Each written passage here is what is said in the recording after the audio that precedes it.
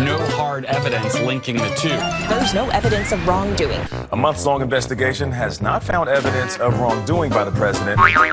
Welcome to this week's Wacky Moments of Leftist Extremism. Now this week, MSNBC continued their very bizarre pro-abortion rants. You get the point. Reproductive freedom cannot be tolerated. Heaven forbid a woman decides on her own whether or not she wants to have a baby. Heaven forbid that you can't kill babies. That I was referring to heaven without the notion that perhaps God opposes abortion.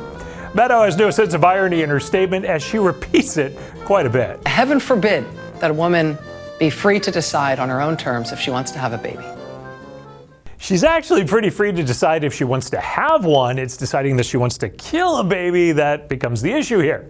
But logic takes a very wide path all the way around MSNBC. So Maddow makes the move that all leftists who lack logic take. They just scream, fascist! Abortion had already been against the law before he came to power, but when Mussolini became the fascist dictator of Italy, he aggressively criminalized it. Yeah, Mussolini was bald too, so for MSNBC, I guess everyone who's bald must be fascist, fascist, fascist, fascist, fascist, fascist. They have no logical rebuttal. Why won't Democrats agree to securing the American border as part of a funding package for Ukraine? Seems a simple question, but MSNBC's Chris Hayes goes into full tinfoil hat mode, manufacturing a conspiracy that it's all because American national security is somehow a boon to Vladimir Putin. Now, Vladimir Putin already enacted the most audacious criminal election sabotage in recent memory back in 2016, famously. When he looks at his prospects in the war in Ukraine and American politics, it is obvious that it is in his best interest to do whatever he can to help elect Republicans again. The guys who will assist his goals by cutting off aid to Ukraine, forcing it into some settlement under conditions of surrender. Just think about the message that is being sent by Republicans right now about what Vladimir Putin should do in the 2024 elections. Oh yeah, the Democrats deciding not to support border security is all part of a Republican plan to have Putin interfere in the elections again. Now, Vladimir Putin already enacted the most audacious criminal election sabotage in recent memory back in 2016, famously. The left is just insane about this. Watch as ABC anchor David Muir delivers not a tease or an intro, but a whole monologue prior to the reporting on Zelensky's visit to the White House this week. There's also breaking news here in the U.S. Ukraine's President Zelensky just moments ago before the cameras in Washington with President Biden with his urgent plea for help from the U.S. in trying to fight off Russia. But that funding is being blocked by Republicans and their demands tonight. President Biden promising the American people will not walk away from Ukraine, but the reality is that funding is being blocked. Republican leaders listening to Zelensky's pleas during meetings on the Hill today, but not moved to act.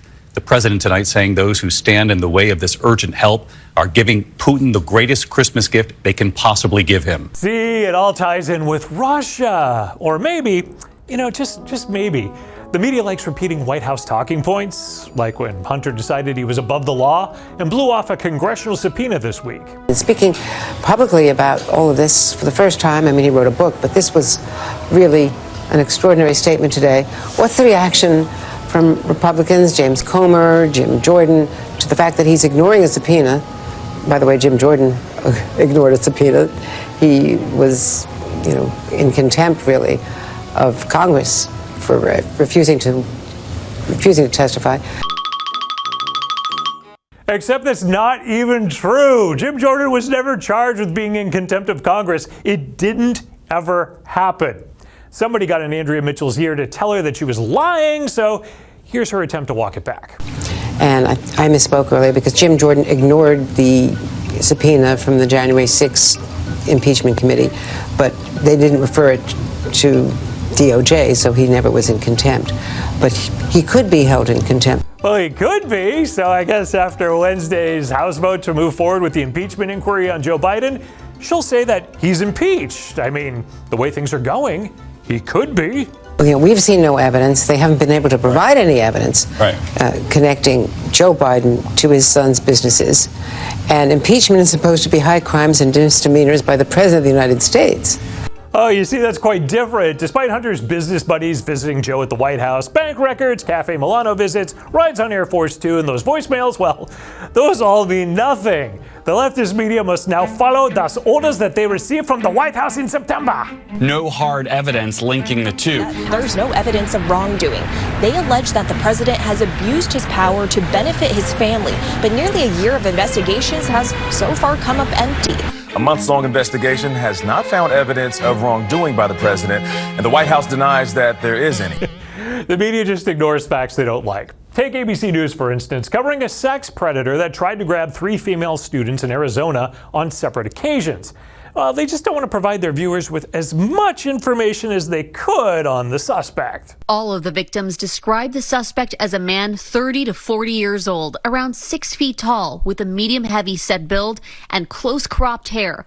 Police say he is driving an early 2000s dark blue Toyota Camry or Corolla with tinted windows and Arizona plates. ABC is so woke they won't mention that authorities say he's described as Hispanic.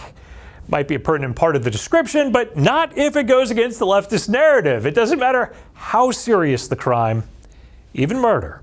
Vamos con otra historia que también causa indignación. Nos vamos hasta Texas, donde las autoridades anunciaron el arresto del sospechoso de asesinar a una porrista de 16 años en Texas. Lisbeth Medina fue encontrada muerta por su madre en la bañera de su departamento a principios de esta semana. Rafael Romero, de 23 años, fue identificado por el Departamento de Policía de Edna, Texas, como el sospechoso de asesinar a Lisbeth Romero, de 16 años. El hombre fue puesto bajo custodia el sábado en Slulenberg. Telemundo shows the press release from the Edna Police Department, but I guess they couldn't read that second paragraph, that he's undocumented in America illegally, but you wouldn't want your viewers to know something like that. If hiding the facts weren't enough to prove that the left is insane, The Atlantic magazine has a series on a possible future scenario. It's the Unintentionally Hilarious If Trump Wins series. Now there, they warn their mindless readers that the scary apocalyptic future that could come if Donald Trump emerges victorious in 2024. But this week, they offered some health advice for Biden supporters. Don't go mad!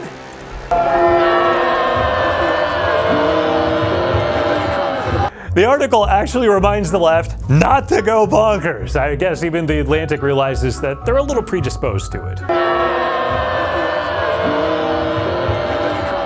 I'm Eric Schneider from MRC-TV, asking you to help treat leftist lunacy with a large dose of facts. Head to the MRC homepage and click on that donate button to support us. Visit MRCTV.org for the latest in videos, information, and entertainment. And also be sure to like, share, and subscribe to these videos on the social media platforms that actually let you see us. And we'll return next week with another look at leftist media madness.